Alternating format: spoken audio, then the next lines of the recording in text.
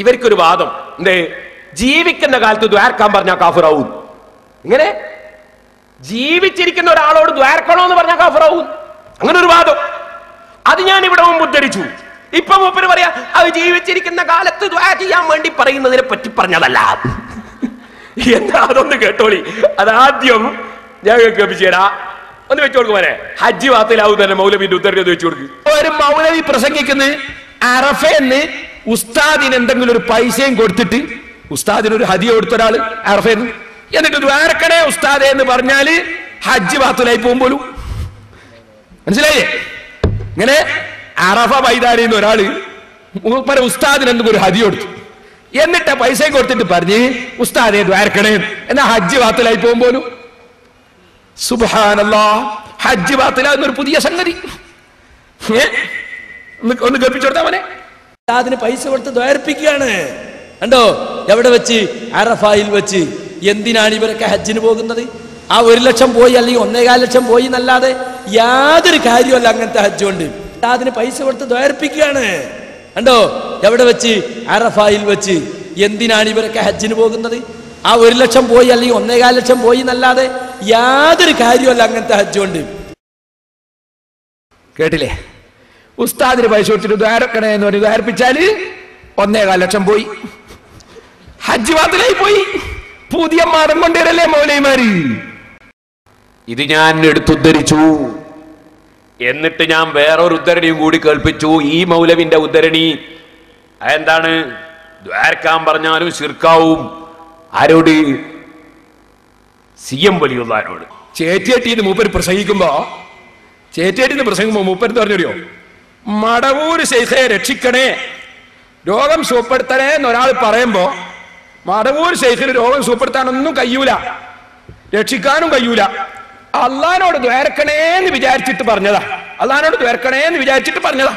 അങ്ങനെ ഉണ്ടല്ലോ ചിലപ്പോ ഒരാള് രക്ഷപ്പെടുത്തണേ സുഖപ്പെടുത്തണേ എന്ന് മടവൂർ ശൈഖിനോട് പറഞ്ഞാല് മടവൂർ ശൈഖ് രോഗം സുഖപ്പെടുത്തോ? രോഗം സുഖപ്പെടുന്ന അല്ലല്ലേ, രക്ഷപ്പെടുന്നത് അല്ലല്ലേ. അപ്പൊ പിന്നെ പറഞ്ഞതിന്റെ അർത്ഥം എന്താ?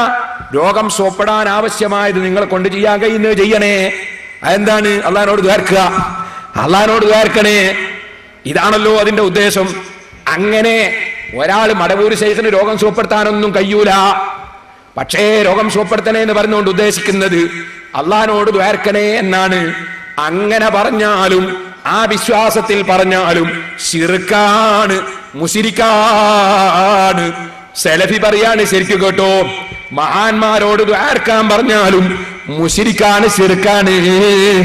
ശിർക്കാണ് എന്ന് പറഞ്ഞാൽ ചെയ്യുന്നോ മുശ്രിക്കാന്ന് ഇവനെ പറയേണ്ടിയില്ലല്ലോ. അതൊന്ന് വെച്ചു കൊടുക്കുമോനെ.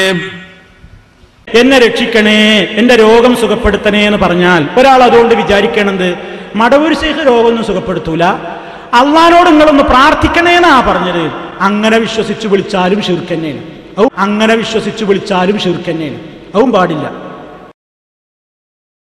നിങ്ങളൊന്ന് അള്ളാനോട് പ്രാർത്ഥിക്കണേ അങ്ങനെ വിശ്വസിച്ചിട്ട് വിളിച്ചാലും ശിർക്കന്നെ, അതും പാടില്ല.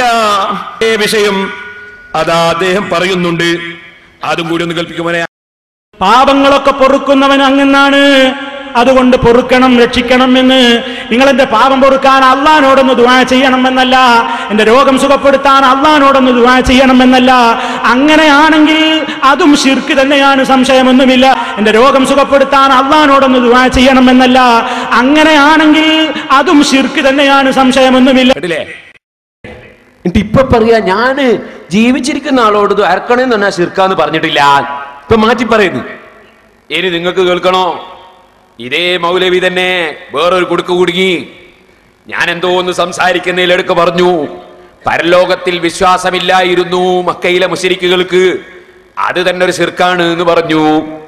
മൗലവി വന്നിട്ട് ആനത്തല പോലത്തെ ചോദ്യം, പരലോകത്തിൽ വിശ്വാസം ഇല്ലാതിരിക്കൽ, പരലോകത്തിൽ ജനങ്ങളെ ഹയാത്താക്കാൻ അള്ളാഹ്ക്ക് കഴിയൂല എന്നുള്ള വിശ്വാസം, അതെങ്ങനെ ശിർക്കാകുവരോടെ? മൂപ്പരെ ചോദ്യായിരുന്നു. ഞാൻ ഇസ്ലാഹി ചരിത്രത്തിനൊരാമുഖം എന്ന പുസ്തകം മുജാഹിദ് സെന്റർ 2 നിന്ന് പ്രസിദ്ധീകരിച്ച ആ പുസ്തകത്തിൽ അവരെ നേതാവായി പരിചയപ്പെടുത്തുന്ന ഇബ്നുൽ ഖയ്യിം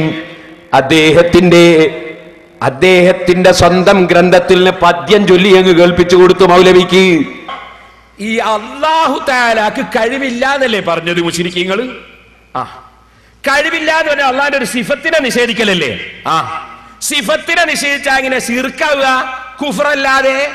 അതുകൊണ്ട് പേരോട് പറഞ്ഞത് എനിക്ക് മനസ്സിലാകുന്നില്ല, പേരോടൊന്ന് എനിക്ക് അടുത്ത വരെ മനസ്സിലാക്കി തരണോന്ന് ആര് പറയുന്നത്? സെലഫിന്റെ അപേക്ഷ. അയാൾ വളരെ ദൂരെന്ന് വന്നിട്ട്, ഷാർജയെന്ന് വന്നിട്ട്, നാദാപുരത്ത് വന്നിട്ട് നമ്മളോട് അങ്ങനെ ഒരു അപേക്ഷ നടത്തിയാൽ നമ്മളങ്ങനെ തള്ളാൻ പറ്റുമോ? നമ്മൾ മുജാഹിദീങ്ങൾ അപേക്ഷിച്ചാലും അങ്ങനെ തള്ളൂലട്ടോ, നമ്മൾ അവരെ അപേക്ഷ സ്വീകരിക്കും. അതുകൊണ്ട് ഞാൻ ഏതായിരുന്നാലും ഇവിടെ കുറെ പേര് പറയുന്നുണ്ടല്ലോ, കൂട്ടത്തിൽ മൗലവിക്ക് അത് മനസ്സിലാക്കി തരാൻ പോവുകയാണ്. ആദ്യം ഒന്നും മൗലവി എന്റെ പൊട്ടത്തരമൊന്നും പറഞ്ഞിട്ട് അയാളെ വിവരം പറയുന്നു കേട്ടോളി. മൂപ്പര് പറഞ്ഞ വാചകമാണ്, അത് തന്നെ ശിർക്കാണ്. അള്ളാഹുവിന് മരിച്ചവരെ ജീവിപ്പിക്കാൻ കഴിയില്ല ഒരു വിശ്വാസം, അത് തന്നെ ശിർക്കാണ്. കാരണം അള്ളാഹ്ക്ക് കഴിവില്ല എന്നാ വിശ്വാസം. മരണപ്പെട്ടവരെ ജീവിപ്പിക്കാൻ അള്ളാഹുവിന് കഴിയൂല എന്ന് പറഞ്ഞാൽ അതെങ്ങനെ ശിർക്കാകാം? അത് എനിക്ക് മനസ്സിലായിട്ടില്ല. പേരോട് അടുത്ത പ്രസംഗത്തിൽ ഒന്ന് പറഞ്ഞാൽ തിരക്കിടില്ല. പേരോട് അടുത്ത പ്രസംഗത്തിൽ ഒന്ന് പറഞ്ഞാൽ തിരക്കില്ല, മൂപ്പർക്ക് മനസ്സിലായിട്ടില്ല. അതുകൊണ്ട് മൗലവി മനസ്സിലാക്കിക്കോ കേട്ടോ. വലംബി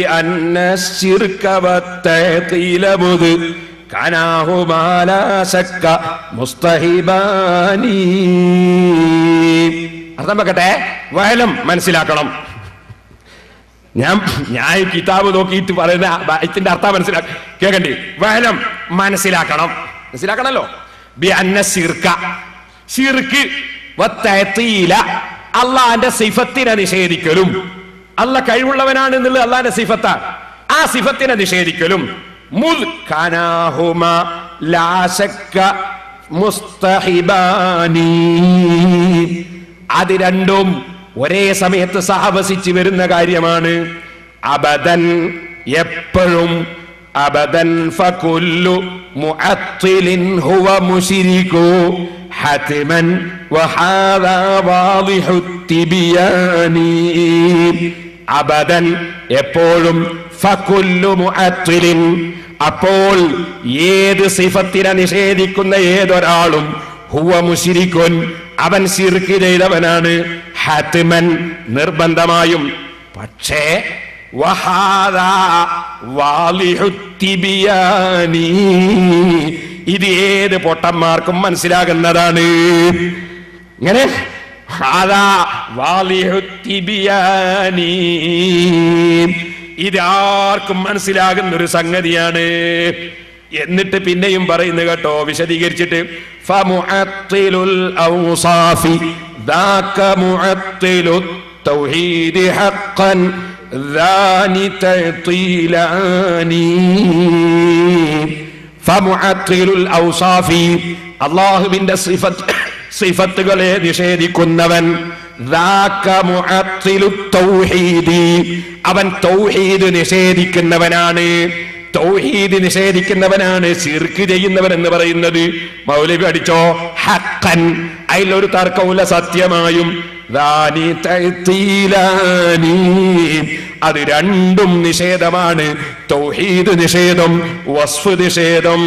ഇനിയും കേട്ടോ മൗലവി, അവസാനം പറയുന്നു, ഫമുഅത്തിലുൽ ഔസാഫി ദു ശിർകിൻ കദാ ദു ശിർകി ഫഹുവ മുഅത്തിലുർ റഹ്മാനി. ഫമുഅത്തിലുൽ ഔസാഫി, അപ്പോൾ സിഫത്തിനെ നിഷേധിക്കുന്നവൻ. ദു ശിർകിൻ, അവൻ ശിർക്കുകാരനാണ്. കേട്ടോ മൗലവി, മനസ്സിലാകുന്നുണ്ടോ? മനസ്സിലാകുന്നുണ്ടോ സലഫി? മനസ്സിലാകുന്നുണ്ടോ സലഫി? ഫമുഅത്തിലുൽ ഔസാഫി ദു ശിർകിൻ കദാ ദു ശിർകി ഫഹുവ മുഅത്തിലുർ റഹ്മാനി. സിഫത്തുകളെ നിഷേധിക്കുന്നവൻ ദു ശിർകിൻ, ശിർക്കുകാരനാണ്. കദാ, അപ്പോൾ ദു ശിർകി ഫഹുവ മുഅത്തിലുർ റഹ്മാനി, അവൻ റഹ്മാനായ റബ്ബിനെ അതാ നിഷേധിക്കുന്നവനാണ്. ഔ ബഅദി ഔസാഫിൽ കമാലി ലഹു ഫഹഖ്ഖിഖ് ദാ വലാ തുസിരി ഇലാ നുക്റാനി. ഔ ബഅദി ഔസാഫിൽ കമാലി, അള്ളാഹുവിന്റെ പരിപൂർണതയുടെ വിശേഷണങ്ങൾ അതിൽപ്പെട്ട ഏതെങ്കിലും ഒന്ന് നിഷേധിക്കുന്നുണ്ടെങ്കിൽ അവൻ ശിർക്കുകാരനാണ്. ഇത് ശരിക്ക് മനസ്സിലാക്കി വെച്ചോ. വലാ തുസിരിഉ ഇലൻ നുക്റാനി, അറിവില്ലാതെ ഒരു ചുക്കും പഠിക്കാതെ നിഷേധിക്കാൻ പോകണ്ട. അതേ അള്ളാന്റെ ഏത് വസ്ഫിനെ നിഷേധിച്ചാലും ശിർക്കാണ്. അള്ളാഹുവിന് മരിച്ചവരെ ഹയാത്താക്കാൻ കഴിയില്ലെന്ന് വിശ്വസിച്ചാൽ ശിർക്കാണ്. അത് ഞാൻ കേൾപ്പിച്ചപ്പോ മൗലവി അതിനെപ്പറ്റി മിണ്ടുന്നില്ല.